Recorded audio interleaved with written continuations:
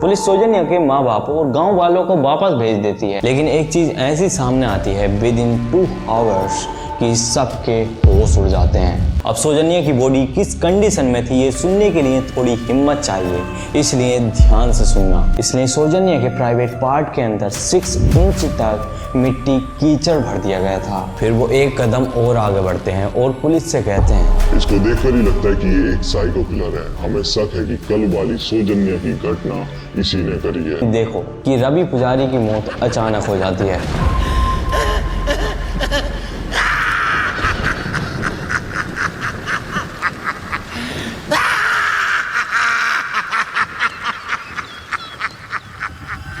जब से मैंने ये चैनल स्टार्ट किया है तब से ये one of the most requested video है सौजन्या केस के बारे में। हमारी द ऑनेस्ट रिकॉर्ड्स की ऑडियंस इस केस के बारे में इतना जानना चाह रही थी कि कमेंट्स पर कमेंट्स आ रहे थे, इसलिए मैंने सोचा क्यों ना इस पर एक वीडियो बनाया जाए। जब मैंने सौजन्या केस पर रिसर्च स्टार्ट करी तो ट्रस्ट मी ये कितना कॉम्प्लेक्स केस है ये देखकर मेरा दिमाग घूम गया। बट डोंट वरी, मैं आपके लिए सारी चीजें डिटेल में लेकर आया हूँ। मैं आपको हर एक चीज बहुत ही सिंपल तरीके से बताने वाला हूँ। लेकिन वीडियो स्टार्ट करने से पहले मैं आपको एक डिस्क्लेमर देना चाहूंगा। ये सारी चीजें धूता समीर एमडी नाम के एक चैनल ने भी कवर कर रखी हैं और उस पर FIR दर्ज कर दी गई है कुछ लोगों के द्वारा। Police in fact have booked a popular YouTuber Sameer MD Saujanya in Dakshina Kannada. Sameer MD। इसलिए इससे समझ सकते हो कि ये केस कितना सेंसिटिव है और इस पर पहले भी कई YouTube चैनल्स ने वीडियो बनाई है, कई कंटेंट क्रिएटर्स ने वीडियो बनाई है, लेकिन उनकी वीडियो डिलीट करा दी गई है। इसलिए इस वीडियो को बहुत ही ध्यान से देखना और अपने दोस्तों के साथ भी शेयर जरूर करना, क्योंकि आपके सपोर्ट के बिना किसी को भी इंसाफ मिलना, जस्टिस मिलना नामुमकिन जैसा है। बाय द वे, आपको सौजन्या केस की स्टोरी मूवी जैसी लग सकती है, लेकिन ये मूवी नहीं है, रियलिटी है। आइए वीडियो शुरू करते हैं। This is a case that had left the entire state of Karnataka. Sameer Saujanya Dharmasthala Vishwa. Goosebumps down the spines of people in the state. Saujanya case. समझो एक गांव है और इस गांव में एक घोड़ा परिवार रहता है जो बहुत ही पावरफुल है, जैसा कि हम मूवीज में देखते हैं। इस गांव का नाम है धर्मस्थल और इस परिवार का यहाँ पर बहुत ही जबरदस्त कंट्रोल है। इस परिवार का इतना ज्यादा कंट्रोल है कि यहाँ का एक पॉपुलर मंदिर भी यही लोग चलाते हैं। अब इसी मंदिर से घोड़ा परिवार को इतना पैसा मिलता है कि इसी के पैसे से इन्होंने प्राइवेट प्राइमरी और हाई स्कूल और प्राइवेट मेडिकल कॉलेजेस और प्राइवेट हॉस्पिटल्स बना दिए हैं। सिंपल शब्दों में कहा जाए तो इनके पास पैसों की बारिश हो रही है। और मैं आपको यहाँ पर भी एक डिस्क्लेमर देता चलूं कि इस मंदिर का जिक्र करने से ही समीर पर FIR करी गई है। अगर आपको विश्वास नहीं होता तो एक बार कन्नड़ न्यूज खोल कर देखो। अब देखो, हमारे भारत में एक कानून है द रिलीजियस एंडोमेंट एक्ट 1863 और ये गवर्नमेंट कोई एक्शन नहीं ले सकती और आज तक ये टेम्पल प्राइवेट ट्रस्ट के द्वारा ही ऑपरेट किया जा रहा है। मैंने अभी जो ये लाइंस बोली हैं ये मेरे वर्ड्स नहीं थे, ये धूता समीर MD के वर्ड्स थे, क्योंकि समीर उसी के आसपास रहता है। बाय द वे, आज भी इस ट्रस्ट का ओनर वही पावरफुल घोड़ा परिवार है। मैं इस वीडियो में किसी का भी रियल नेम यूज नहीं करूंगा, क्योंकि पहले भी सिर्फ इसी वजह से कई यूट्यूबर्स की वीडियो डिलीट करा दी गई है और मैं नहीं चाहता कि मेरे साथ भी वही हो। और साथ में उनके नाम की FIR और उनको धमकियां दी गई। और इन लोगों की धमकियां कितनी खतरनाक होती हैं, कितनी सच होती हैं, यह आपको वीडियो में आगे पता लगेगा। क्योंकि आज तक इन्होंने जिन्हें भी धमकियां दी हैं या तो वो इस दुनिया में मौजूद नहीं है या फिर उनके परिवार का कोई सदस्य गायब हो जाता है। इसलिए इस वीडियो को बहुत ही ध्यान से देखना। मुझे नहीं चाहिए कि मेरे साथ भी वही हो और मैं वीडियो इसलिए बना रहा हूँ क्योंकि मुझे सच्चाई छुपाना बिल्कुल पसंद नहीं है और मैं अपनी सेफ्टी के लिए किसी का भी रियल नेम यूज नहीं करूंगा। लेकिन मैं किस तरह पॉइंट कर रहा हूँ यह आपको क्लियरली समझ में आ जाएगा, डोंट वरी।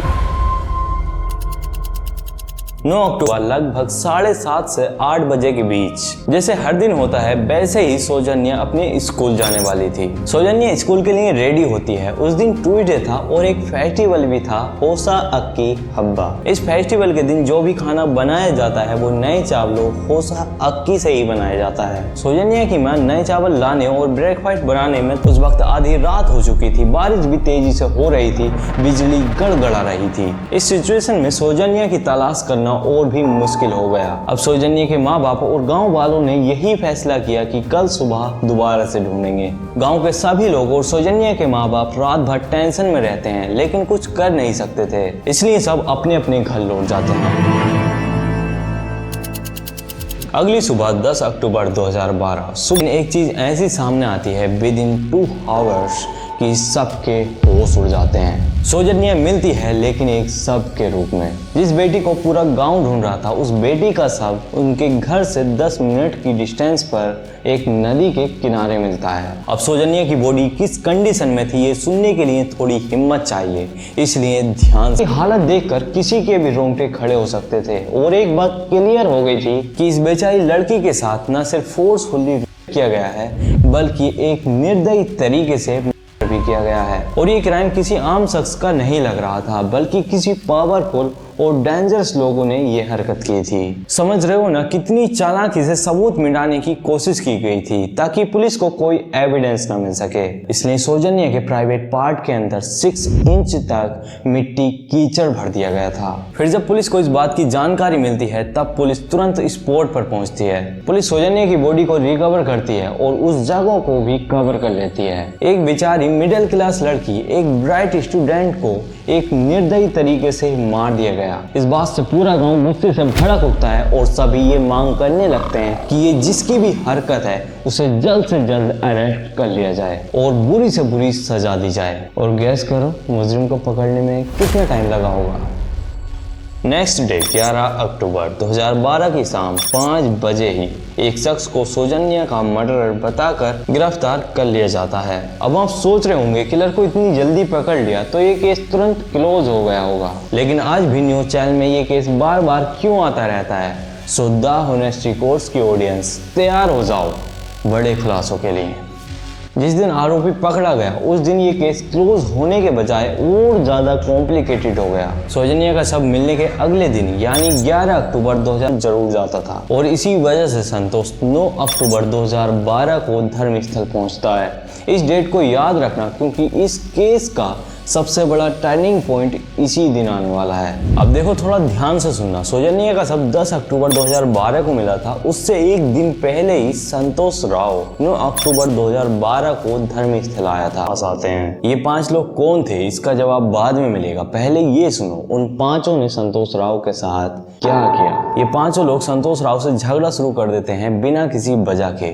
संतोष राव को गाली देते हैं, उसका मजाक उड़ाने लगते हैं। ये 5 लोग संतोष राव को जबरदस्ती घसीट कर पुलिस स्टेशन ले आते हैं और कहते हैं ये हम पर बाहुबली बेटा पर अटैक कर रहा था। फिर वो एक कदम और आगे बढ़ते हैं और पुलिस से कहते हैं इसको देखकर ही लगता है कि ये एक साइको किलर है। हमें शक है कि कल वाली सौजन्या की घटना इसी ने करी है। और पूरे गांव में घोषणा हो गई कि सौजन्या का रियल मर्डरर मिल गया है। गांव के लोगों ने सोचा बस पुलिस ने अपना काम कर दिया है, इसलिए सब शांत हो गए। जब पुलिस ने एक ही दिन में मर्डरर को अरेस्ट कर लिया तो सभी गांव वाले पुलिस की बहुत ज्यादा तारीफ कर रहे थे और पुलिस की तरफ से बहुत खुश थे। सबका कहना था कि पुलिस ने बहुत अच्छा काम किया है, लेकिन उनको क्या पता था कि रियल मर्डरर तो कोई और ही है। पुलिस ने इस केस को जानबूझकर मिसलीड किया। पुलिस ने बिना किसी एविडेंस के, बिना किसी प्रूफ के संतोष राव को अरेस्ट कर लिया।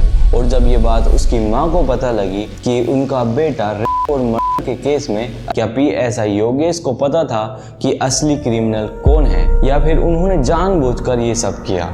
मुझे नहीं पता कि उन्होंने ये सब जानबूझकर किया या बिना समझे, लेकिन जो भी हुआ उसने पूरे केस को और भी ज्यादा, इससे बड़ा डम्ब डिसीजन क्या ही हो सकता है। एक मर्डर और रेप केस में सबसे इंपॉर्टेंट एविडेंस होता है उसकी बॉडी से कलेक्ट किए गए स्पर्म सैंपल्स, लेकिन PSI योगेश ने अपनी पहली ड्यूटी ही उन सैंपल्स को सिक्योर करने की ढंग से नहीं करी। एक नॉर्मल केस में पुलिस जितना हो सके उतनी ज्यादा एविडेंस कलेक्ट करने की कोशिश करती है, लेकिन इस केस में एविडेंस कलेक्ट करने के बजाय एविडेंस को डिस्ट्रॉय करने की कोशिश करी जा रही थी। इसका मतलब क्या हो सकता है ये आप जानते हैं। दूसरी तरफ संतोष राव पर अत्याचार हो रहा था। जेल में संतोष राव की जगह कोई नॉर्मल इंसान होता तो क्या वो इतना टॉर्चर झेल पाता। अगर आपको ही रोज मार पड़ती, आपको रोज शाम को टॉर्चर किया जाता, धमकाया जाता, तो क्या आप भी झूठा कन्फेशन लेने के लिए तैयार नहीं होते। बस यही पुलिस चाहती थी, झूठा कन्फेशन, यानी कि रियल क्रिमिनल को बचाने की पूरी कोशिश करी जा रही थी। लेकिन संतोष राव के लिए एक मेंटल अनस्टेबल होना एक एडवांटेज बन गया। उसको जितना भी टॉर्चर किया गया, जितना भी धमकियां दी गई, उसने कभी भी झूठा कन्फेशन एक्सेप्ट नहीं करा। संतोष राव हमेशा यही कहता रहा कि मैंने ये क्राइम नहीं किया, वो झूठा कन्फेशन देने के लिए से संतोष राव का कोई भी लेना देना नहीं है। में संतोष राव के वकील ने एक सवाल उठाया, एक लैब भेजने के बजाय वो स्पर्म सैंपल अपने पास ही क्यों रखे। ये सारी चीजें ये दिखाती हैं कि पुलिस एक बड़े सच को छुपाने की कोशिश कर रही थी। अगर पुलिस को लगता था कि संतोष राव ही असली मुजरिम है तो उसका डीएनए टेस्ट तुरंत ही क्यों नहीं कराया गया। उधर संतोष राव एक मेडिकल कंडीशन से सफर कर रहा था जिसे कहते हैं फिमोसिस। इस बीमारी में आदमी नहीं कर सकता। अगर वो जबरदस्ती इंटीमेट करने की कोशिश भी करे तो उसको असहनीय दर्द होता है। तो जब मेडिकली संतोष राव रेप करने के लायक ही नहीं था तो पुलिस उसके पीछे ही क्यों पड़ी थी। सारे वैलिड फैक्ट्स और पॉइंट्स को देखते हुए भी पुलिस संतोष राव के पीछे ही क्यों पड़ी थी। पुलिस ने किसी और एंगल से इन्वेस्टिगेशन शुरू क्यों नहीं करी। जब ये सारे सवाल कोर्ट में उठने लगे तो पब्लिक और सौजन्या के माँ बाप भी ये सोचने लगे कि क्या गलत आदमी को अरेस्ट कर लिया गया है। आखिर अब सौजन्या के माँ बाप को भी लगने लगा था कि संतोष राव असली मुजरिम नहीं है, और अगर संतोष राव असली मुजरिम नहीं था तो असली मुजरिम। प्रोटेस्ट बढ़ने लगे तो लोगों ने धर्मस्थल के धर्माधिकारी रिलीजियस हेड से भी सवाल उठाने शुरू कर दिए। एक लड़की के साथ इतना बड़ा अन्याय हुआ फिर भी आप चुप क्यों हैं, आप कुछ बोलते क्यों नहीं हो। पब्लिक के प्रेशर के बाद जब सीबीआई इस केस को अपने हाथ में लेती है तब तक पुलिस सारे एविडेंस डिस्ट्रॉय कर चुकी थी। पुलिस के पास जितने भी सबूत थे लेकिन फिर भी सीबीआई ने इस केस को 3-4 साल तक इन्वेस्टिगेट किया और फाइनली कोर्ट में अपनी फाइल सबमिट की। सीबीआई की रिपोर्ट में लिखा था, हाँ ये क्राइम संतोष राव ने ही किया है, लेकिन यहाँ पर भी आयरनी देखो, उनके पास भी एक भी सबूत नहीं है। पूछा कि संतोष राव को किस एविडेंस के तौर पर मुजरिम माना जाए तो सीबीआई के पास कोई भी जवाब नहीं था। पहले ये केस पुलिस के हाथ में था, फिर सीबीआई के हाथ में गया। सीबीआई ने भी 3-4 साल लगा दिए अपनी फाइनल रिपोर्ट कोर्ट में सबमिट करने के लिए और तब तक 5-6 साल हो चुके थे। लेकिन फिर भी इस केस में तो उन्होंने एक एमएलए को थप्पड़ मार दिया था और उन्होंने कह दिया था कि मैं करप्शन में काम नहीं करूंगा।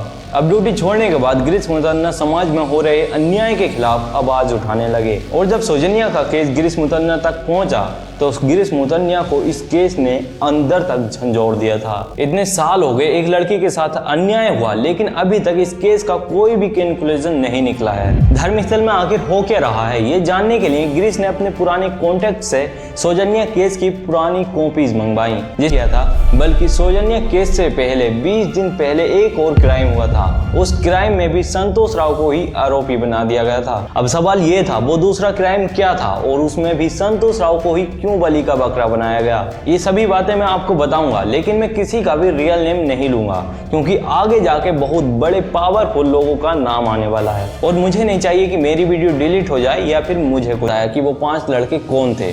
वो कोई और नहीं बल्कि चिक्का गोड़ा के बेटे निशांत जैन के क्लोज फ्रेंड थे।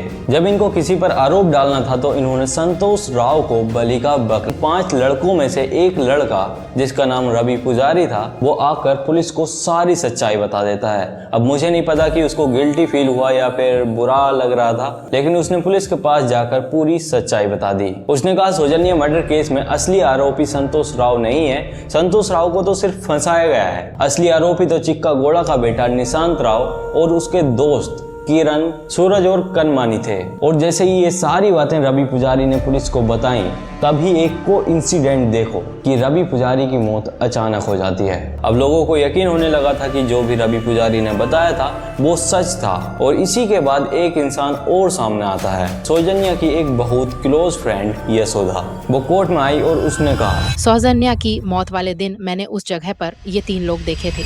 अब अगर सभी डॉट्स को कनेक्ट किया जाए तो सिर्फ सौजन्या केस ही नहीं बल्कि नारायण और Yamuna case, Bedaballi case, bank manager case और पद्मलता केस, इन सभी केसेस में डायरेक्ट शक गोड़ा परिवार पर जाता है। मुझे धूता एमडी समीर और गिरीश मुतन्ना और महेश और उनकी टीम की तारीफ करनी पड़ेगी। ये पूरी कोशिश कर रहे हैं कि रियल क्रिमिनल पकड़ा जाए और इनकी वजह से ही संतोष राव बाहर आ पाया और सारा सच धीरे धीरे सामने आ रहा है। आज के वक्त सौजन्या का केस हाईकोर्ट तक पहुंच चुका है। सभी लोग मांग कर रहे हैं कि इस केस पर फ्रेश इन्वेस्टिगेशन स्टार्ट करनी चाहिए दोबारा से। मेरे इस वीडियो में अगर कोई भी इंफॉर्मेशन मिस हो गई हो या मुझसे कोई गलती हो गई हो तो कमेंट सेक्शन में ज़रूर बताना। मुझे नहीं पता यूट्यूब से ये वीडियो कब डिलीट हो जाए, इसलिए दोस्तों इस वीडियो को ज़्यादा से ज़्यादा शेयर करना ताकि हम सच्चाई को हर किसी तक पहुंचा सकें। आज के लिए इतना ही। मैं आपका दोस्त नावे, फिर मिलूंगा नेक्स्ट वीडियो में।